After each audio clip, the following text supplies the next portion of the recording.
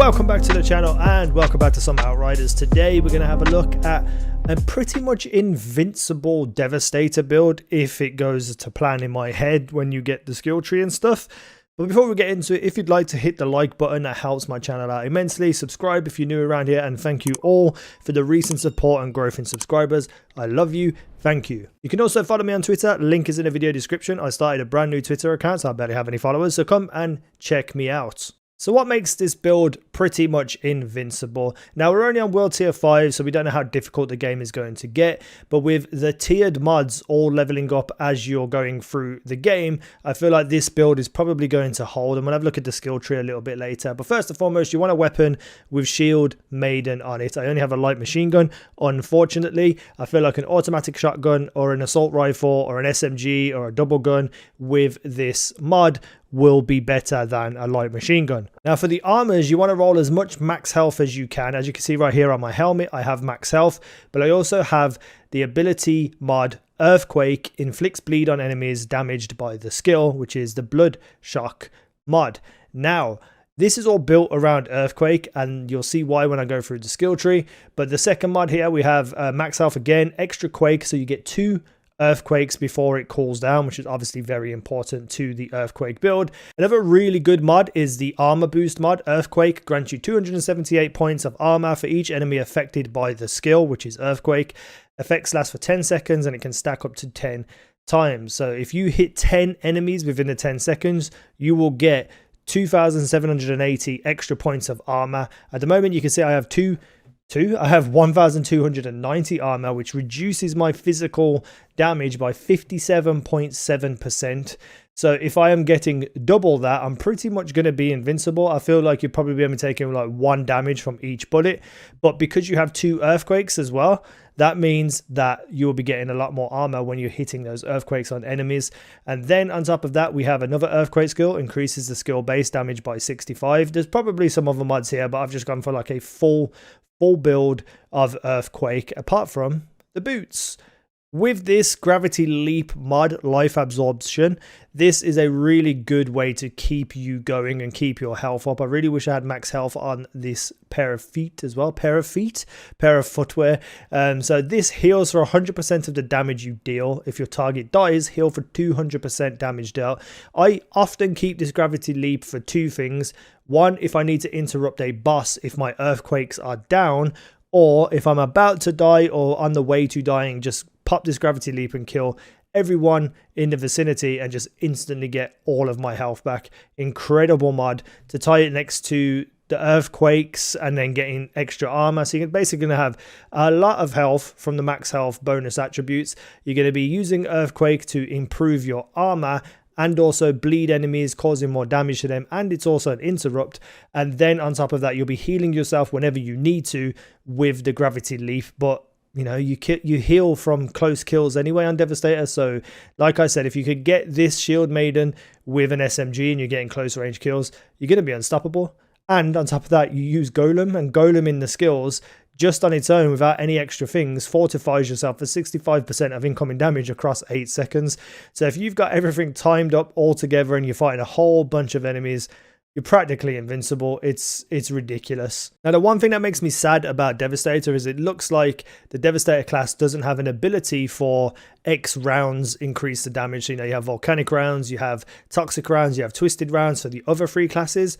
And it seems like Devastator doesn't have one of those, which means that getting potential high damage output with weapons specifically is going to be difficult. So you want to build into the Devastator's abilities, which, you know, can just keep you alive. And especially with the skill tree we're going to look at right now, you could self-sustain yourself where you just can't die. It's impossible for you to die unless you get hit with a whole bunch of burst damage all within like a second. So let's look at that skill tree. So for me, I haven't really in-depth looked into these builds, but just having a quick look, you can see that this bottom path is very, very good for bleed and keeping yourself alive.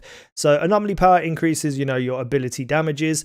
I would go with, you know, the seismic cooldowns, so you get your earthquakes back quicker, so you could be doing more of them and often putting more bleed in, often getting more armor through your mods. So having a percentage cooldown is reduced cooldown, I should say, is obviously very, very good. I would also take the reduced cooldown on kinetic if you're using gravity leap or any of the other abilities that might be good for this build once we unlock them. But realistically, what you want to look for is bleed. Increases bleed duration by 30%. This one also does the same. Down here, we have bleed afflicted on enemies deals 30% more damage, and then you are healed for 35% of your bleed damage. So if you are constantly using Earthquake, 2 of them at any one time, inflicting bleed on everyone with your mods, and then killing them or whatever, you will heal a lot of health back up. You know, you can also take Stone Circle, extend the distance considered to be close range by an additional 4 meters. So your natural healing, you can fight a little bit of a further distance away to be able to get your natural healing. And then over here we have, you know, increased armors and resistances through, you know, a perk here. You got another bleed perk, which is bleed afflicted on enemies deals 30% more damage. And then we have increased seismic skill base damage by 50%. So you're often hitting people with earthquakes, you're doing bleed damage to them, you're doing big damage to them with those hits, and then you can obviously finish them off with weapons. And if you have a shield maiden, those weapon shots are also going to give you extra shield to keep yourself up even further. Now, I believe there's 34 or 35 skill points, so you can often build into 2 trees. So the second tree I would take is this middle one. So you're getting health regeneration, you know, you're getting extra health and stuff like that. So you're just going to be an absolute walking tank and just be unable to die. And yeah, I'm really excited to see where these builds go. Obviously, this is just kind of a take a look and see what looks good, because you can't use it in game. But I just feel like the Devastator will be a walking invincible tank where you can't die, you can constantly heal. Mods and weapons really help you with sustaining your ability to stay alive. And then you're also putting statuses on, and if you're playing co-op or anything like that, other benefits are going to go to your allies, especially if they're killing those people that you're putting statuses on.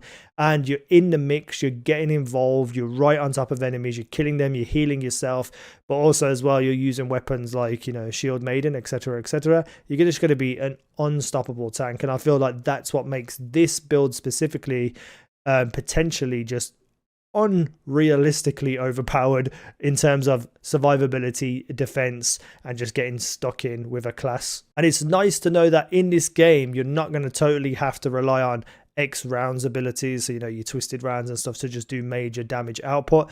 When you're in the middle of like 20 enemies, this class is just going to be unreal. And even if you're about to die, you could just heal yourself with a gravity leap, because you're going to kill 1 or 2 people and get 200% of the damage dealt back. Usually that's around about 200 damage, so you'll be getting 400 health back. So it's just going to be a ridiculous build, and I just can't wait to really get stuck in with these full builds. Let me know what you're thinking down below in the video description. If you play Devastator, what kind of builds are you looking at? What kind of mods do you use? Are you excited about this skill tree that I've just pointed out very briefly? Yeah, let me know down below in the comments. Thank you for watching. I have been easynow. You guys have been awesome.